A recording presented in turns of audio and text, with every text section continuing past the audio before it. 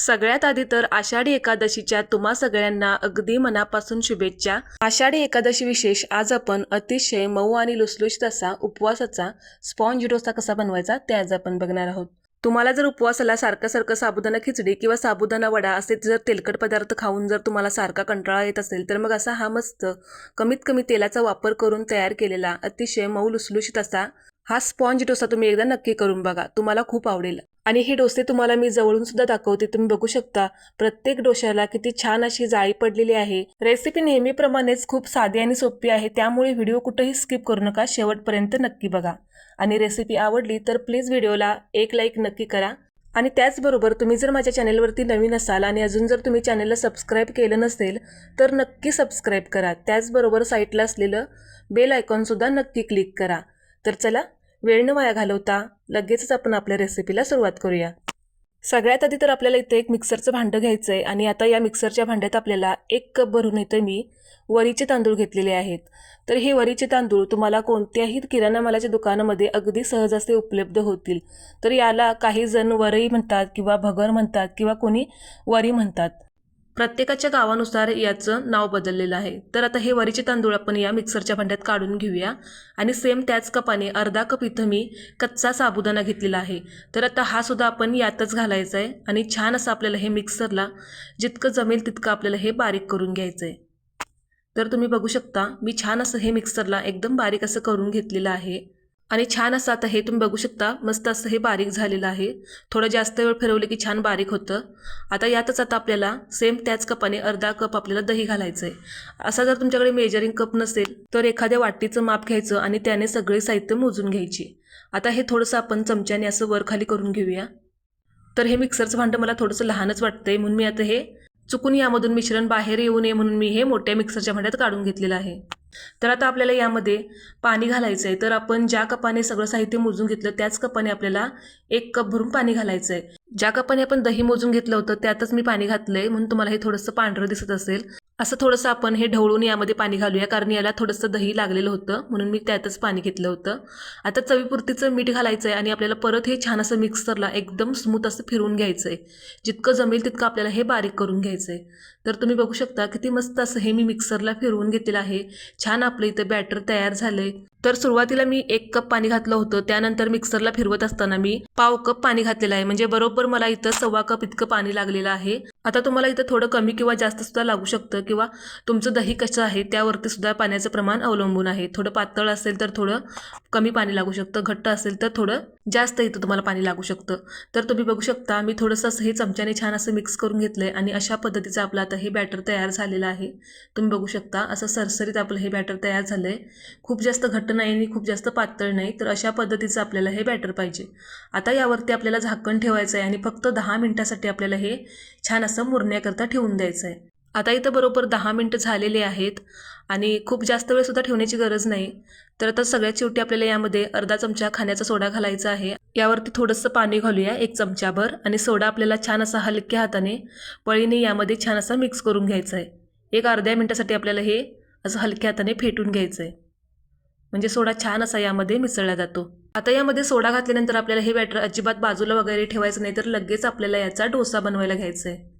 आता डोसा बनवण्यासाठी मीडियम फ्लेमवरती मी हा नॉनस्टिकचा पॅन छान असा गरम करून घेतलेला आहे। आता तवा छान गरम झाला की आवडीप्रमाणे आपल्याला यावरती तेल किंवा तूप घालायचं आहे। तर आज मी इथं तुपाचाच वापर करणार आहे। तर आता हे तूप आपण थोडंसं असं ब्रशने पसरवून घेऊया। तर असं सगळीकडे आपण पसरवून घ्यायचं। आता आपल्या इथं गॅसची फ्लेम मीडियमच आहे आणि मीडियम फ्लेमवरतीच आता आपल्याला यावरती पळी ते 1.5 पळी बॅटर ओतायचं आहे आणि एकदम हलक्या हाताने असं पळीने थोडंसं पसरवून घ्यायचं आहे।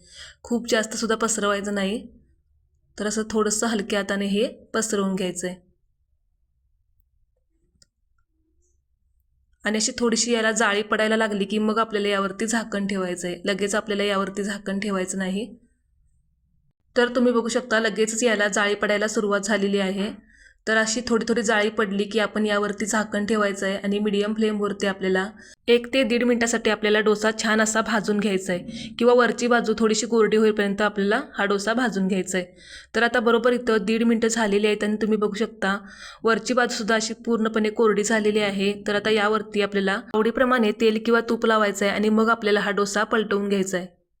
तर असं सगळीकडे आता इथं मी तूप लावलेलं आहे या डोश्याला पूर्णपणे. आणि आता आपल्याला हा डोसा पलटवून घ्यायचा आहे. आता ही दुसरी बाजूसुद्धा आपल्याला मीडियम फ्लेमवरतीच अर्ध्या मिनिटासाठी शेकून घ्यायची आहे. आता ही दुसरी बाजू जास्त वेळ भाजण्याची गरज नाही. हलकी भाजली की आपल्याला लगेच डोसा काढून घ्यायचा आहे. तर तुम्ही बघू शकता आता हा डोसा आपला छान असा भाजला गेला आहे. तर आता आपण लगेच असा एखाद्या जाळीवरती काढून घेऊया, म्हणजे यामधली वाफ पूर्णपणे निघून जाईल आणि छान आपला डोसा असा ओलसर होणार नाही. तर आता इथं मी तुम्हाला अजून एक डोसा तयार करून दाखवणार आहे. तर सेम त्याच पद्धतीने आपल्याला थोडंसं तेल तूप लावायचं. आता या वेळेस आपल्याला खूप जास्त तेल तूप लावण्याची गरज नाही, थोडं कमी लावलं तरी सुद्धा चालेल. आणि छान आपला तवा गरम झाला की परत सेम पद्धतीनेच पळी ते दीड पळी बॅटर घालायचं आणि थोडंसं हलक्या हाताने आपल्याला पळीने पसरवून घेऊन छान याला जाळी पडण्याची वाट बघायची आहे. गॅसची फ्लेम आपल्याला मिडियमच ठेवायची आहे. असं थोडंसं हलक्या हाताने आपल्याला हे पसरवून घ्यायचं आहे.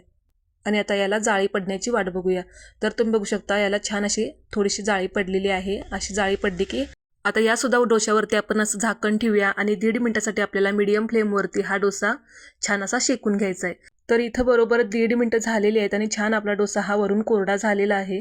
आता वरून असं यासुद्धा डोश्याला थोडंसं तूप लावूया आणि आपल्याला हा डोसा आता पलटवून घ्यायचा आहे. आणि आता ही दुसरी बाजूसुद्धा आपल्याला फक्त अर्ध्या मिनिटासाठी शेकून घ्यायची आहे.